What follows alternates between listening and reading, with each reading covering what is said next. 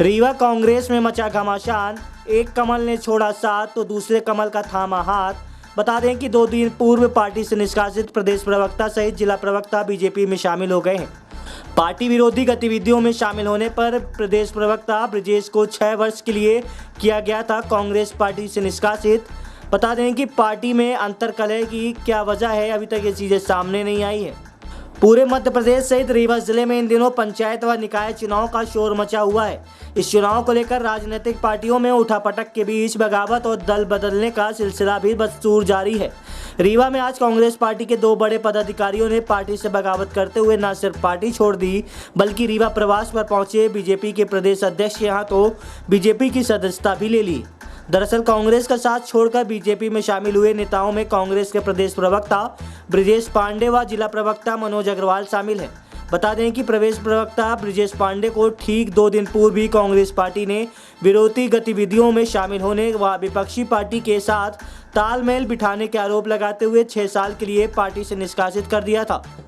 बता दें कि प्रदेश कांग्रेस अध्यक्ष व पूर्व मुख्यमंत्री कमलनाथ आज रीवा संभाग के दौरे पर थे, जो कि सिंगरौली में कांग्रेस महापौर प्रत्याशी अरविंद सिंह चंडेल के पक्ष में चुनावी सभा को संबोधित करने भोपाल से विशेष विमान से रीवा चौराहा हवाई पट्टी उतरे। इस दौरान रीवा से कांग्रेस महापौर प्रत्याशी अजय मिश्रा बाबा एवं कांग्रेस पार्टी के कार्यकर्ताओं द्वारा उनका स्वागत किया गया। इस दौरान पूर्व प्रदेश प्रवक्ता कांग्रेस ब्रजेश पांडे भी चौराहा हवाई पट्टी में कमलनाथ के साथ दिखे, परंतु आधा घंटे के बाद ऐसा क्या हुआ कि वो बीडी शर्मा के साथ शामिल हो गए और उन्होंने पार्टी की सदस्यता तक ग्रहण कर ली। आइए सुनते हैं क्या कहना है उनका। देखिए, जो कांग्रेस पार्टी थी, कांग्रेस पार्टी को जिन लोगों ने कांग्रेस पार्टी की नींव डाली थी, चाहे वो राष्ट्रपिता महात्मा गांधी हों, चाहे सरदार वल्लभ भाई पटेल रहे हों और चाहे अब्दुल कलाम साहब रहे हों, आज कांग्रेस पार्टी अपनी मूल विचारधारा से भटक गई है। आज कांग्रेस वो कांग्रेस नहीं रह गई है जिस कांग्रेस में स्वतंत्रता संग्राम सेनानियों के और उनके परिवारों का महत्व हुआ करता था। आज की कांग्रेस इस तरह की कांग्रेस हो गई है जिस कांग्रेस के अंदर जो है वो सिर्फ और सिर्फ जो है वो हिप्नोटिज्म की पॉलिटिक्स चल रही है, उनके वंशानुगत राजनीति चल रही है। ये पूरी तरह से कांग्रेस हो गई है। अभी आधे घंटे पहले आप पूर्व मुख्यमंत्री कमलनाथ जी से मिले थे, ऐसा क्या हो गया आधे घंटे के अंदर आपको बीजेपी को ज्वाइन करना पड़ा? नहीं, वो मुख्यमंत्री कमलनाथ जी की टीम में तब तक मैं प्रदेश का प्रवक्ता था अधिकृत रूप से, और प्रदेश के प्रवक्ता के रूप में उनसे मिला था। लेकिन सबसे बड़ी बात यह है कि जिस तरह से भारतीय जनता पार्टी को श्यामा प्रसाद मुखर्जी जी ने और भारतीय जनता पार्टी को पंडित दीनदयाल उपाध्याय जी ने, अटल बिहारी वाजपेयी जी ने और प्रकारांतर में चलाया था, उसको आने वाले समय में फिर आदरणीय श्री नरेंद्र मोदी जी ने, वेंकटैया नायडू साहब ने, अमित शाह जी ने चलाया। मध्य प्रदेश में आदरणीय श्री बी डी शर्मा जी, माननीय शिवराज सिंह चौहान जी ने उसको स्वरूप दिया। हम समझते हैं आज भारतीय जनता पार्टी जो है इस देश के विकास के अंदर जो रोल निभा रही है, समाज के हर वर्ग को, लोगों को, अंतिम छोर के व्यक्ति को अपने साथ जोड़ रही है, वो अद्भुत है। और इस चीज़ों से प्रेरित होकर के हमने भारतीय जनता पार्टी की सदस्यता लिया है। ये तो बीते 8 साल से ये लोग मतलब अगर विकास की बात करें तो कर रहे हैं, आज आपका विचार कैसे बदल गया? नहीं, विचार तो देखिए एक दिन में नहीं बदलता है। मैंने आपसे कहा ना कि विचार जो है लगातार मैं उपेक्षित हो रहा था। मैंने 3 बार रीवा से विधानसभा की टिकट मांगी थी और तीनों बार मेरा नाम पैनल में था। और टिकट मांगने के बाद स्थिति ये थी कि चूँकि मैं जितने अन्य प्रत्याशी थे उनमें सबसे अधिक पढ़ा लिखा योग्य आदमी था।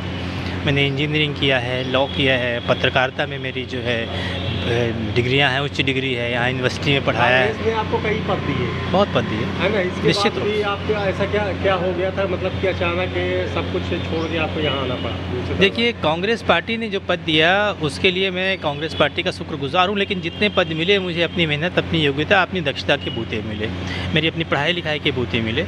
और भारतीय जनता पार्टी की बताए ना विचारधारा, मैंने जब पढ़ा, अभी इस बीच में पुस्तकें पढ़ी भारतीय जनता पार्टी के बारे में, समझ में आया कि भारतीय जनता पार्टी को कुछ लोग गलत तरीके से। ये पुस्तकें आपसे अभी तक क्यों दूर थी? भारतीय जनता पार्टी की विचारधारा इतनी पसंद थी तो पहले क्यों नहीं ज्वाइन किया? अब जब मैंने लगा कि आखिर क्यों पार्टी इस चीज़ों से भटक रही है, कांग्रेस पार्टी क्यों भटक रही है, आज कांग्रेस पार्टी के अंतिम छोर के व्यक्ति तक यहाँ क्यों नहीं पहुँच पा रहा, कांग्रेस की योजनाएँ क्यों नहीं पहुँच पा रही हैं, तब उस पर रिसर्च करने का प्रयास किया और रिसर्च किया तो वो सब चीज़ें सामने आई। चर्चा ये है कि कांग्रेस की नैया डूबती है, इसलिए आपने वहाँ से छलांग लगा के बीजेपी की नैया में सवाल होगा। देखिए, कांग्रेस की नैया डूबती है या कांग्रेस की नैया नहीं डूबती है, ये तो मैं कोई भविष्यवक्ता हूँ नहीं।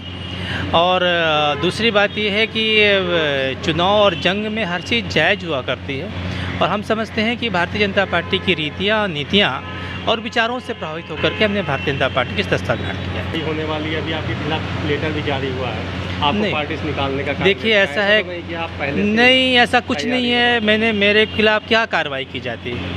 कार्रवाई उसके खिलाफ होती है जिस पर कोई व्यभिचार का आरोप हो। कार्रवाई उस पर होती है जो कोई आपराधिक किस्म की गतिविधियों में सम्मिलित हो। अब मेरा जीवन तो खुली किताब की तरह है, मेरे बारे में हर व्यक्ति जानता है। क्या कमाने के भी और भी पार्टी से कोई लोग आएंगे भाजपा में शामिल होंगे? देखिए, हम समझते हैं कि चुनाव तक वहाँ पर चुनाव और आगे भी समय में, जैसे आज ही हमारे साथ जो हमारे कांग्रेस पार्टी के जिला के प्रवक्ता थे श्री मनोज अग्रवाल जी, उन्होंने भी भारतीय जनता पार्टी की सदस्यता ग्रहण किया है। और उसके साथ बीएसपी के भी जो मीडिया प्रभारी थे वो यहाँ पे उन्होंने भारतीय जनता पार्टी की सदस्यता ग्रहण किया है। और एक समाजवादी पार्टी की महिला नेत्री ने किया है, और भी अन्य दलों के लोग संपर्क करेंगे और भी लोग आएंगे। जिस उपेक्षा की आप बात कर रहे हैं, ऐसे कांग्रेस पार्टी में कई उपेक्षा है। अभी हाल ही में अब्दुल सईद मिस्त्री भी इस्तीफा देने वाले थे, दे चुके थे, ऐसी अफवाहें भी चली जिसका उन्होंने खुद पुष्टि की और उसका वापस आ गए। देखिए, अब्दुल सईद मिस्त्री जी ने यहाँ पर काम किया है। अब्दुल सईद मिस्त्री जी ने यहाँ पर कांग्रेस को बनाया है।